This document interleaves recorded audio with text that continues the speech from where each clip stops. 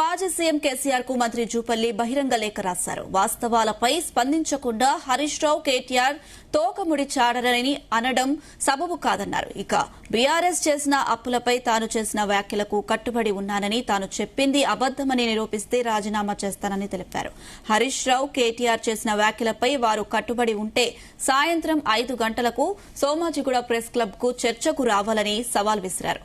పాలమూరు పౌరుషమే కల్వకుంట్ల పౌరుషమో తేల్చుకుందామని తెలిపారు. ఇక తన చరిత్ర తెలుసుకుని మాట్లాడాలని అడ్డగోలుగా ఆరోపణలు చేస్తే మర్యాదగా ఉండదట్టు మంత్రి జూపల్లి ఘాటుగా స్పందించారు.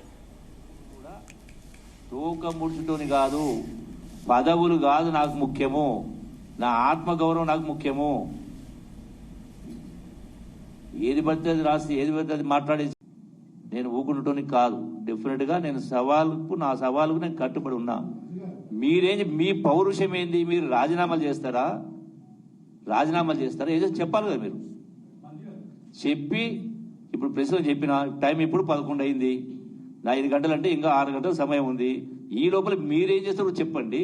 చెప్పి ప్రెస్ మీట్కు సాయంకాలం 5 గంటలకు ఎక్కడది సోమాజిగూడ ప్రెస్ క్లబ్ నేను రాజీనామా చేస్తా ఉన్నా. మీరేం చేస్తారో చెప్పండి అంటున్నా, చెప్పి రాండి అంటున్నా.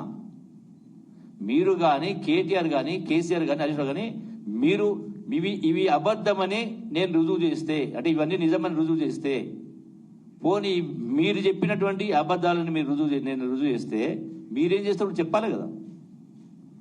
పౌరుషం ఎవరికి ఉంది ఎవరికో తెలుస్తుంది కదా. పాలమూరు పౌరుషమా లేదు కల్వకుంట్ల పౌరుషం చెప్పాలి కదా.